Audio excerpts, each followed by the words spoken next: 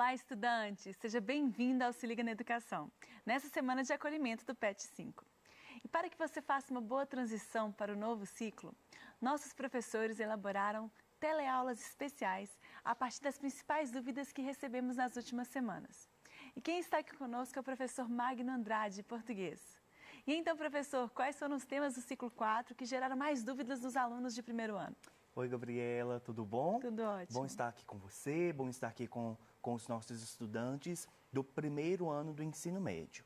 E realmente nós tivemos aí algumas questões que foram um pouco mais difíceis ao longo do nosso PET 4, mas nós vamos vê-las aqui e vamos acabar com essas dúvidas. Solucionar tudo. Vamos solucionar e resolver esses problemas. Vamos lá, então? Bom, lá no PET volume 5, no inicinho dele, nós temos esta imagem. E aí, como vocês podem ver, é uma conversa, né, de aplicativo de conversa, tá? E aí a questão da atividade 1 da página 3 do PET volume 4. Onde podemos encontrar esse tipo de texto? Percebam então bem esse tipo de texto. É um tipo de texto muito comum no nosso dia a dia. E aí, a resposta ideal é: encontramos comumente este tipo de texto em aplicativos de conversa instantânea e algumas redes sociais. Então, é muito comum vermos esse tipo de texto aqui, olha, nas redes sociais ou em aplicativos de conversa instantânea como o WhatsApp. Existem outros aplicativos aí que a gente consegue perceber. Por que que ele é comum em redes sociais e em aplicativos de conversa? Principalmente por causa dos emojis. Nós temos então aqui a presença de diversos emojis que são característicos de uma linguagem virtual, de uma comunicação virtual, uma comunicação tecnológica. Por isso que é mais comum vermos realmente esse tipo de texto aí presente em redes sociais ou aplicativos de comunicação instantânea. A atividade 3 da página 3 do PET volume 4 pergunta o seguinte: quais recursos a pessoa que escreveu o texto utilizou? Então, nós podemos aqui analisar quais foram os recursos que essa pessoa utilizou aqui. E aí, de recursos, nós vamos chamar aqui o tipo de linguagem. Percebemos, então, que nós temos a presença de palavras que foram escritas aí nesse diálogo, e a presença também dos emojis, que são imagens. Então, por exemplo, aqui na nossa primeira frase, que tal irmos para... Tem aí um emoji de surf. Então, que tal irmos para a praia, aproveitar o sol? E aí existem outros emojis que simbolizam o que essa pessoa ela está dizendo. Portanto, a linguagem que nós utilizamos aqui, os recursos, é o texto, é o recurso da linguagem verbal e da linguagem não verbal. Gabriela, você sabe me falar o nome de quando a gente tem um texto, uma linguagem verbal e a linguagem não verbal? Confesso que não sei, professor. Pois é, muita gente fica com dúvida com isso. E aí nós temos duas formas de chamar. Temos a linguagem mista ou então a linguagem híbrida. Um texto híbrido, ou seja, um texto em que há a presença tanto de uma linguagem verbal, que são as palavras que foram escritas, quanto da linguagem não verbal, que são os emojis que foram aí utilizados. Continuando, atividade 5 da página 3 do PET volume 4. A pessoa que escreveu a mensagem teve resposta? É comum as pessoas não responderem as mensagens? Vamos voltar na imagem.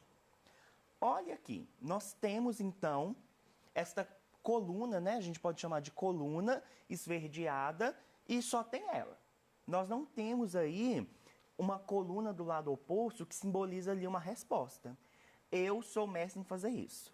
Você não responde, professor? Respondo as pessoas mentalmente. Eu leio a mensagem. Você acha que respondeu? Respondi na minha cabeça, mas aí quando eu vou ver, tem uma semana que a pessoa tá lá esperando a minha resposta. Ai, não gosto de gente assim. Pois é, então quando a gente conversar no WhatsApp, eu já vou ficar atento, tá? Vou te responder. Porque realmente isso é muito comum aqui nesse tipo de comunicação. Que como nós vimos lá nas nossas aulas, a comunicação assíncrona. Uma comunicação em que a pessoa ela não está localizada no mesmo tempo e espaço da outra com quem ela fala. Portanto, ela tem ali a liberdade de demorar ou de até mesmo de não responder. Vamos voltar então lá na questão. Bom, a mensagem não foi respondida. E sim, é comum que mensagens transmitidas via aplicativos de conversa não tenham respostas ou demorem a ter.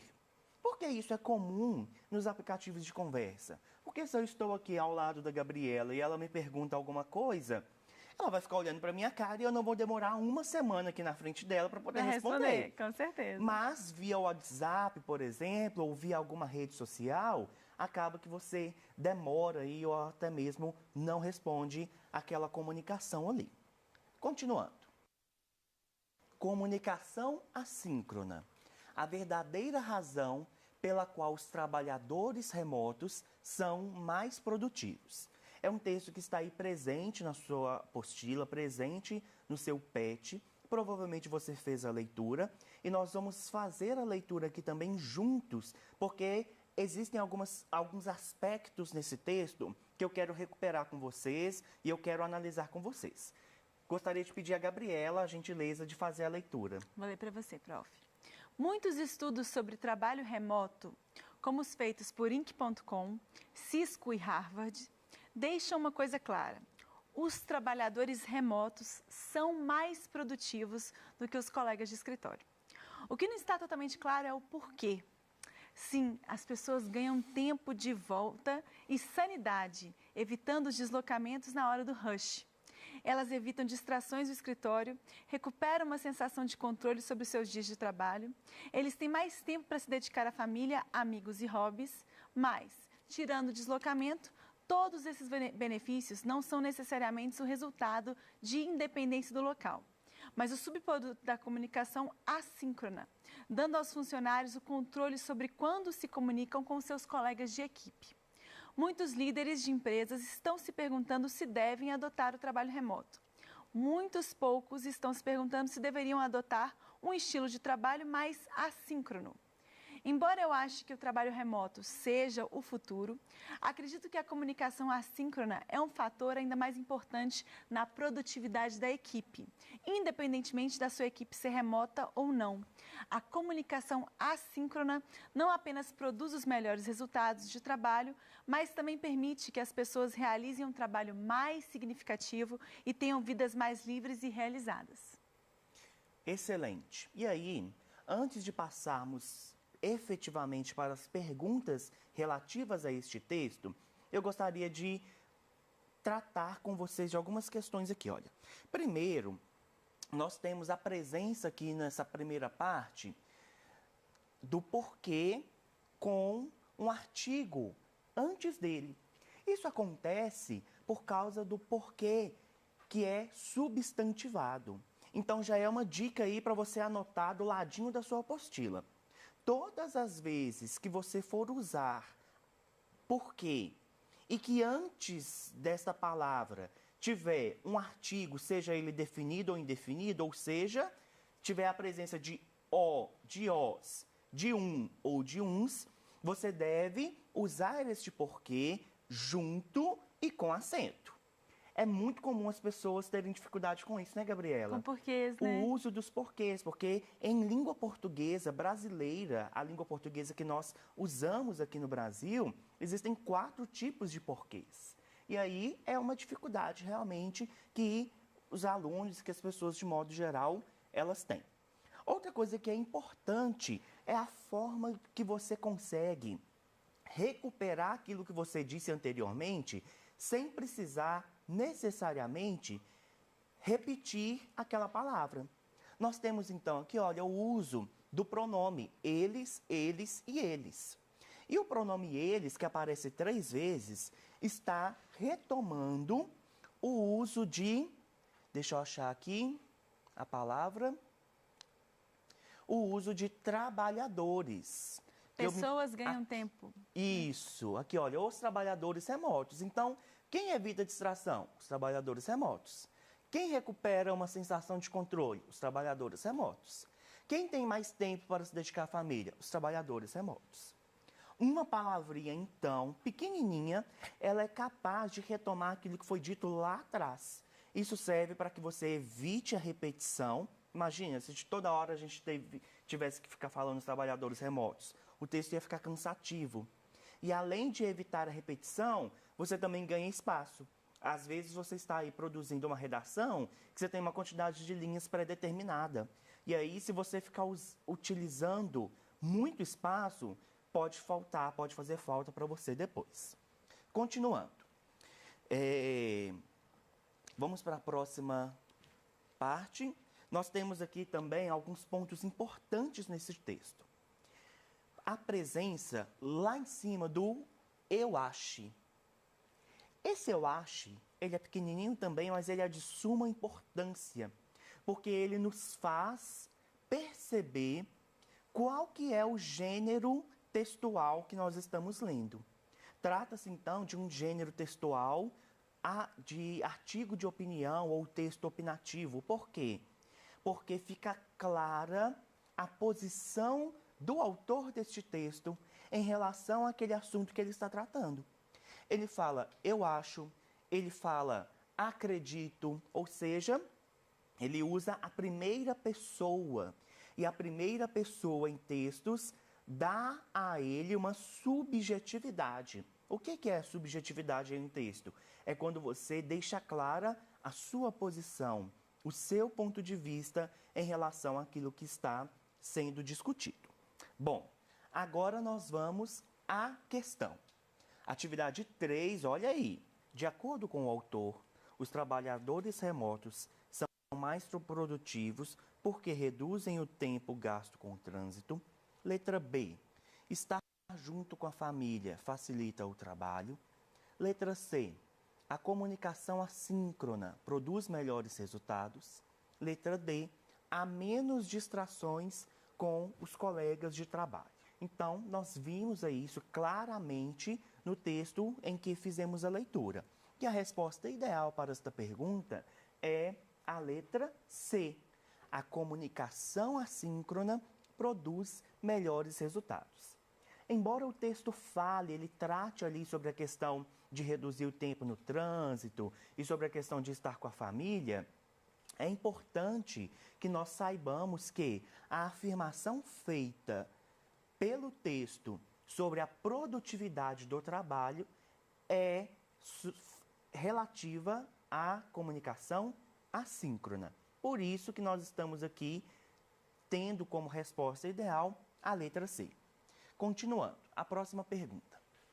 Na frase, eles evitam as distrações do escritório, o pronome eles se refere aos. Letra A, grandes empresários. B, muitos estudos. C, trabalhadores. E D, meios de comunicação. Bom, eu mostrei para vocês, nós analisamos aí e vimos a importância do uso do pronome eles neste texto e percebemos lá que ele retoma trabalhadores. Então, a resposta aqui dessa pergunta é a letra C. Continuando. No fragmento, embora eu ache que o trabalho remoto seja o futuro, acredito que a comunicação assíncrona é um fator ainda mais importante na produtividade da equipe, independente de sua equipe ser remota ou não. O papel do narrador neste fragmento evidencia, letra A, um narrador neutro que não declara sua preferência. B, um jornalista que narra os fatos sem colocar sua posição. C, um espectador que não deixa o leitor perceber sua presença. D, um narrador que transmite seu ponto de vista e participa da narrativa. Bom, pela análise que nós fizemos aí, do que nós discutimos, a resposta realmente é a letra D. É um narrador que transmite seu ponto de vista. Lembra que nós analisamos lá o uso do eu acho? E isso faz com que o ponto de vista deste autor aqui seja explícito. Tudo bem? Continuando. Aí no seu PET, nós temos aí um texto que tem este título: Documentário Malala, uma garota nada comum. E aí, nós não faremos a leitura, vamos direto para as perguntas, tudo bem? Primeiro, qual é a finalidade da resenha apresentada? Então, esta resenha aqui, ela tem uma finalidade específica. Primeiro, falar, né, que este documentário ele narra a história de Malala e também fazer uma crítica social. Ela faz uma crítica, e esta resenha faz uma crítica à falta de acesso à educação que as meninas têm. Isso na fala da Malala, lá no país, no contexto em que ela vive. Próxima pergunta. Quem é Malala? Bom, ela é uma ativista paquistanesa e a mais jovem ganhadora do Prêmio Nobel. O Prêmio Nobel é um prêmio importantíssimo, né, Gabriela? Demais. É um prêmio aí que já existe há muitos anos e que ele premia as pessoas que tiveram um grande destaque, que tiveram ações voltadas para a humanidade. E a Malala foi a primeira jovem a receber este prêmio. Ela tem realmente uma grande importância. Bom, muito obrigado para todos vocês pela presença, por mais este mês aí que nós tivemos juntos e até a próxima aula. É ou não é, Gabriela? Muito obrigado pela sua presença também. Obrigada, pessoal.